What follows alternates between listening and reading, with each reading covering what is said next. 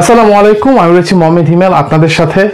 আমি আজকে যে বিষয়টি নিয়ে কথা বলবো সেটি হচ্ছে জানা বিষয় কিন্তু অজানা হয়ে গিয়েছে, হয়তো অনেকে ভুলে গিয়েছেন। আজকে সেই ভোলা কথাগুলো আরেকবার মনে করিয়ে দিতে চাই। জাতিসংঘের সাধারণ অধিবেশনে অংশগ্রহণ করছেন ডক্টর ইউনূস, ৭৯তম অধিবেশন এটা। তিনি আমাদের অন্তর্বর্তী সরকারের প্রধান উপদেষ্টা ডক্টর ইউনূস, এবং আমরা অনেক খুশি, কারণ আমরা যারা আছি, হয়তো আমি অতটা পপুলার নয়, সবাই কিন্তু খুশি হয়ে গিয়েছে যে ডক্টর ইউনূস অংশগ্রহণ করছেন জাতিসংঘে। তার মধ্যে আমি আজকে খুব শর্টকাটে বলবো, এর মধ্যে ধরেন যারা অনলাইনে যুদ্ধ করেছে, অনেক সাংবাদিক বলেন, ইউটিউবার বলেন, সোশ্যাল ইনফ্লুয়েন্সার বলেন বা ব্লগার বলেন, যে যেভাবে পারছে যুদ্ধ করছে। কিন্তু এই যে আমি যে বললাম যে যুদ্ধ করছে, তার মানে এই না যে 15 কোটি মানুষ যুদ্ধ করছে। সংখ্য কিছু মানুষ যুদ্ধ করছে, পুরো 18 কোটি মানুষকে তারা নাড়িয়ে দিয়েছে, যেটি না বললেই নয়।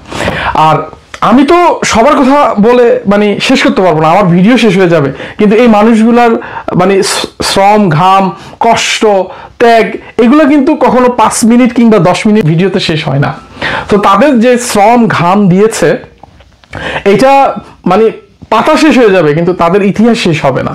তো যাই হোক, এখন মূল যে জায়গাটা আসি, আমি সর্বপ্রথম যারা অনলাইন যুদ্ধ করছেন, এই ফ্যাসিস্ট এবং স্বৈরাচার সরকারের বিরুদ্ধে যারা লড়ে গিয়ে এই সরকারকে হাঁটায় দিছে, তাদের সবাইকে স্যালুট। কিন্তু আমি স্পেশালি এবং ইন্ডিভিজুয়ালি আমেরিকা নিয়ে কথা বলবো। আমেরিকাতে যারা যুদ্ধ করেছেন, সোশ্যাল বলেন, অনলাইন বলেন, যেটাই বলেন, তার মধ্যে আমি যদি কয়েকটা নাম বলি, সবার নাম বলবো না, ছোটখাটো সবাই যুদ্ধ করছে, সবাইকে আবারও স্যালুট। যার নাম না বললেই না, সাংবাদিক ইলিয়াস, কনক সারোয়ার, নায়েব আলী, তারপরে ধরেন মাসুম রহমান, তারপর শাহেদ আলী, অনেকেই আছেন যারা সাংবাদিক, অনেক যুদ্ধ করছেন। আমি সকলের নাম বলছি না, কারণ সকলের নাম বলা সম্ভব না। তো এরা হচ্ছে না, অনলাইনে একটা সময় খুব আগুন ছিল, কেউ এই সালে ছিলেন, কেউ ওই সালে আগুন ছিলেন, কেউ বর্তমানে সবচেয়ে বেশি আগুন।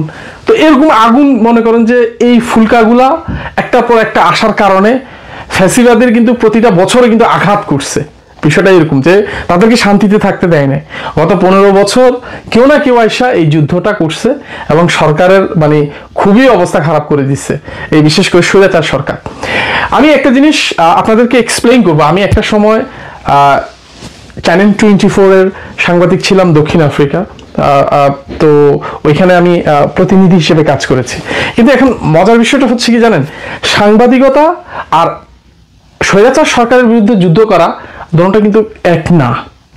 কারণ যারা সাংবাদিক থেকে যে স্বৈরাচার সরকারের বিরুদ্ধে যুদ্ধ অংশগ্রহণ করেছেন, তাদের বিষয়টা, আর যারা বসে বসে প্রশ্ন করতেন এবং প্রশ্নের উত্তর মজা করে নিয়ে সেটাকে আবার খেলতেন, ওরকম না। কিন্তু যে সাংবাদিকতা যারা বসে বসে করছেন বা জিজ্ঞেস করছেন বা টকশোর মতো কাজ করেছেন, আর স্বৈরাচার সরকারের বিরুদ্ধে যেভাবে আন্দোলন এবং স্লোগান একের পর এক লাগাতার তাদের অন্যায়গুলো তুলে ধরছেন, সেটা কিন্তু একটা কঠিন বিষয়, কিন্তু কঠিন বিষয়।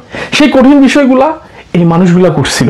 সাংবাদিক ইলিয়াস, তারপর কনক সারোয়ার, পিনাকি সহ ধরেন মাসুম রহমান, নায়েব আলী, এরকম অনেক আছে যারা প্রতি মুহূর্তে যুদ্ধ করে গেছে। খাওয়া নাই, নাওয়া নাই, 24 আওয়ার্স তাদের এই কাজগুলা করে গেছে। আজকে আমার সাথে সাংবাদিক ইলিয়াস ভাইয়ের সাথে কথা হইল যে ভাইয়া, ডক্টর ইউনূস তো আসতেছে। হ্যাঁ, তো যেহেতু উনি আমার বয়সে বড়, তো আমি ওনাকে ভাই বলে শ্রদ্ধা করি। তো বললাম যে ভাইয়া, ডক্টর ইউনূস তো আসতেছে। আমি তো ভেবেছিলাম যে ডক্টর ইউনূস অ্যাটলিস্ট এই যখন আমেরিকার বুকে পাড়া দিবে, অন্ততপক্ষে এই মানুষগুলা খোঁজ খবর নিবে, এই মানুষগুলাকে 5টা মিনিটের জন্য একটা সময় অ্যারেঞ্জ করে আসলে তাদের সাথে বসবে। কিন্তু যখন শুনলাম যে এই মানুষগুলার সাথে তাদের আসলে কোনোভাবে সংলাপ, আলাপ, দেখা কিছু হবে না, তো আমার খুব খারাপ লাগছে। কেন খারাপ লাগছে জানেন? তারা অসহায় না, তারা কি কিছু চাইতেছে যে খারাপ লাগতেছে? এটা না। এই মানুষগুলাকে যখন স্বৈরাচার সরকার ছিল, তাদেরকে প্রচন্ড পরিমাণে ঝড়ের বেগে তাদেরকে প্রতি মুহূর্তে আঘাত করছিল। সাংবাদিক ইলিয়াস ভাইয়ের এমন একটা মানে সময় দাঁড়ায় গেছিল, উনি যখন এই সরকারের বিরুদ্ধে কথা বলতে গিয়ে ভারতের বিরুদ্ধে উনি কথা বলেছে, তখন কি হয়েছে জানেন, যে এমনও হয়েছে যে ওই ব্যক্তি থেকে শুনেছি যে বলছে যে উনিও একজন অনলাইন যোদ্ধা, বলছে যে এটুকু যে ভাই আমি যদি জেলে যাই, আমাকে যদি মেরেও ফেলে, কোনো কিছু যদি হয়, আপনি আমার পরিবারকে দেখবেন। চিন্তা করেন। অথচ যে তারা এখনো পর্যন্ত যে যুদ্ধটা করে যেতেছে, যে এমন তো না যে অন্তর্বর্তী সরকারের কোনো গুরুত্বপূর্ণ জায়গা তারা পেতে যাচ্ছে বা পাবে, এমন কোনো কিছু না। আবার যদি কোনো রাজনৈতিক দলও আসে, তাদেরকে এমপি, মন্ত্রী কিংবা চেয়ারম্যান বা কিংবা হোয়াট এভার XYZ তাদেরকে দিবে, এমন তো না। কিন্তু তারা কিন্তু ওইসবের জন্য করে নাই। কিন্তু আজকে দেখেন যে তাদের নামে অনেক মিথ্যা অপবাদ দিচ্ছে, অনেক মিথ্যা অপবাদ তাদের নামে ছড়ায় দিচ্ছে অনলাইনে। হ্যাঁ, কিন্তু একটা লোক এসে তাদের কথা বলল না যে আসলে এই লোকগুলা, এই মানুষগুলা, সাংবাদিক ইলিয়াস ভাই, তারপর এই নায়েব আলী, কনক সারোয়ার, এই মানুষগুলা, মাসুম রহমান, এই মানুষগুলা ত্যাগ আছে, এরা আসলে অনেক কষ্ট করছে। আজকে যারা এই যে ছাত্র আন্দোলন করতেছেন, তা জ্বলে উঠছে কিভাবে? আসলে তারা কি জানেন, তারা হচ্ছে এমন লোক ছিল, এই ধরনের ম্যাচ, এটা একটা ম্যাচের মানে পুরো বক্স, এই ম্যাচের বক্সটায় যখন কাঠি নিয়ে আপনি আগুন ধরান, তখন এই আগুনটা জ্বলবে কি করে? এখানে একটা পাত দেওয়া হয়েছে, যে পাতের মাধ্যমে ঘর্ষণ খেলে আগুন ধরতো। ঠিক ছাত্র আন্দোলন সহ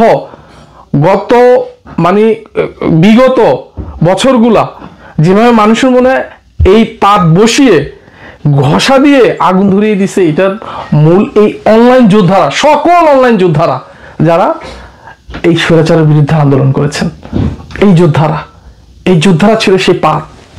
আর এই পাতটা যদি না থাকতো, তাহলে ম্যাচের আগুন কখনোই ধরতো না, কাঠিতে আগুন ধরতো না। তো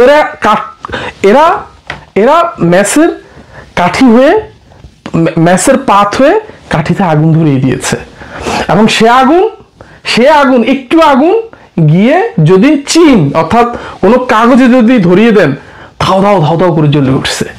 তো ওইটা মানুষের, ওই অবদানটা মানুষ কিন্তু মনে রাখে নাই।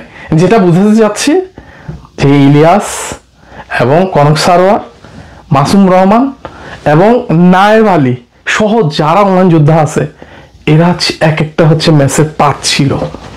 তারা তাদের পরিবার, দেশ সবকিছু ছেড়ে আমেরিকাতে পড়ে আছে। কেন আছে জানেন? শুধুমাত্র আওয়ামী লীগ সরকারের বিরুদ্ধে কথা বলার জন্য। ইলিয়াস হোসেনের মা মারা গেছে, যেতে পারে নাই দেশে। তারপর নায়েব আলী বলেন, কনক সারোয়ার বলেন, ওনার বোনকে জিম্মি করে ওনাকে পুরো একদম স্তব্ধ করে দিয়েছে। সেই স্বৈরাচার সরকারের বিরুদ্ধে কথা বলে আজকে এই জায়গাটা তারা নিয়ে আসছে। একের পর এক তারা দমিয়ে দিয়েছে। অনেক সাংবাদিক আছে যারা আন্ডার কাভারে টাকা খেয়ে একদম চুপ, কোনো কথা বলে নাই। তারা কি করলেন? অর্থ নিয়ে বাড়ি গাড়ি করে চুপ করে বসে আছেন। তো সরকারের নজর ছিল ইলিয়াস হোসাইন, কনক সারোয়ার ইত্যাদি অন্যান্য যারা ছিল, এমন কোনো তাদের দিন নাই যে তারা রাস্তায় বের হইতে তাদের মনে হইতো যে কেউ না কেউ অ্যাটাক করতেছে। আমেরিকার মতো জায়গা থেকেও তারা এই ধরনের সংকোচ করত। এবং শুধু তাই না, এদের বাসায় যে এদের বাড়িতে, এই সাংবাদিক, এই অনলাইন যোদ্ধাদের বাড়িতে কতবার যে DGFI, কতবার যে পুলিশ, কতবার যে গোয়েন্দা সংস্থা গেছে, এটার কোনো হিসাব নাই। কিন্তু আজকে খুবই অবাক হলাম যে অমুক তমুকের পক্ষ থেকে ডক্টর ইউনূসকে সংবর্ধনা দিবেন, অমুক তমুক, তারা নিজেদেরকে দাবি করতেছেন তারা এই খুব অবদান রেখেছে। লক্ষ না কোটি কোটি মানুষ অন্তরে এই জায়গাটা ধারণ করছে যে এটা একটা ফ্যাসিস্ট এবং স্বৈরাচার সরকার। আমি যদি ইলিয়াস হোসাইনের কথা বলি, 3 মিলিয়নের উপরে তার সাবস্ক্রাইবার। নায়েব আলীর কথা যদি বলি, 1 মিলিয়নের উপরে সাবস্ক্রাইবার। তারপর মাসুম রহমানের মিলিয়ন, ধরেন পিনাকি, এরকম সমস্ত যোদ্ধাদের যদি মিলিয়ন মিলিয়ন করে হয়, তাহলে কত কোটি মানুষ তারা মানে এই মোটিভেট করে একটা জায়গায় আইনা আজকে ওই ম্যাসের কাঠির মতো আগুন ধরায় পুরা স্বাধীন করে ফেলছে। কিন্তু আফসোস, জানি না কেন এই মানুষগুলোর কথা ভুলে যাচ্ছে মানুষ। এই জন্যই বলেছিলাম যে জানা কথা মানুষ অজানা হয়ে যাচ্ছে, ভুলে যাচ্ছে। এদেরকে কেউ ভুলবেন না, এদেরকে মনে রাখবেন। আজকে যারা ক্ষমতার সামনে আসবেন এবং আজকে যারা এই অন্তর্বর্তী সরকারে বসছেন, এই মানুষগুলার অবদানে এই মানুষগুলাকে ভোলা যাবে না। এই মানুষগুলা আপনারা যেভাবে মনে করতেছেন যে ওই যারা যুদ্ধ করে জীবন দিচ্ছে, অফকোর্স অ্যাপ্রিসিয়েট, অফকোর্স তাদের ঋণ কখনো ভুলতে পারবো না, তাদের ঋণ কখনো আমরা শোধ করতে পারবো না, যাদের জীবন গিয়েছে, হাত গিয়েছে, পা গিয়েছে। কিন্তু এই মানুষগুলা দেশ থেকে এখনো বাইরে, তাদের জীবনটা পুরো ত্যাগের মতো হয়ে ত্যাগ করে ফেলছে, তারা বেঁচে থেকেও নাই। আপনারা একবার গুলি খেয়েছেন, ওনারা শতবার, প্রতি মিনিটে, প্রতি সেকেন্ডে, প্রতি ঘন্টায় গুলি খেয়েছে। লক্ষ লক্ষ মানুষ আমি দেখলাম যে খুব উল্লাস করতেছে, আনন্দে উল্লাসে তাদের পুরো মিষ্টি বিতরণ করতেছে। কিন্তু এই মানুষগুলোকে আইনা একবার সম্মানের জায়গায় আইনা তাদেরকে ফুল দিচ্ছেন, মিষ্টি খাওয়াইছেন, নিয়ে আসতে পারছেন? পারেন নাই। তো আমি যেমন আমি কাউকে দোষ দিব না, হয়তো আমরা ভুলে গেছি, আমরা তো ভোলা জাতি, তা আমরা ভুলে যাই সবাইকে। তো ভুলে যাওয়াটা আমাদের অপরাধ না, এটা তা আমরা হয়তো এতটা খুশি ছিলাম যে আমরা ভুলে গেছি তাদেরকে।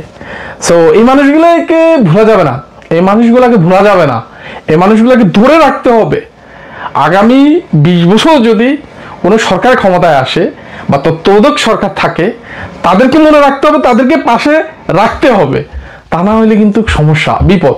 তা না হলে কিন্তু আমরা আমাদের মানে অনুদান, আমাদের অবদান আমরা জানি না কোথায় ঢালতেছি বা কোথায় রাখতেছি এই অবদানগুলো। সো ইনশাআল্লাহ পরবর্তীতে নেক্সট ভিডিও আসবে। আমি একটাই রিকোয়েস্ট থাকবে, যদি ডক্টর ইউনূস কিংবা আমার এই ভিডিওটা কারো কাছে যদি যায়, আমি একটা কথাই বলবো, প্লিজ এই মানুষগুলাকে উচিত, অন্তর্বর্তী সরকারের প্রধান উপদেষ্টা ডক্টর ইউনূস যেহেতু এই আমেরিকার নিউ ইয়র্কের মাটিতে পা দিয়েছেন, অবশ্যই যেন এই মানুষগুলাকে স্মরণ করেন। এই মানুষগুলোর সাথে খুবই দরকার এবং খুবই প্রয়োজন। আসসালামু আলাইকুম।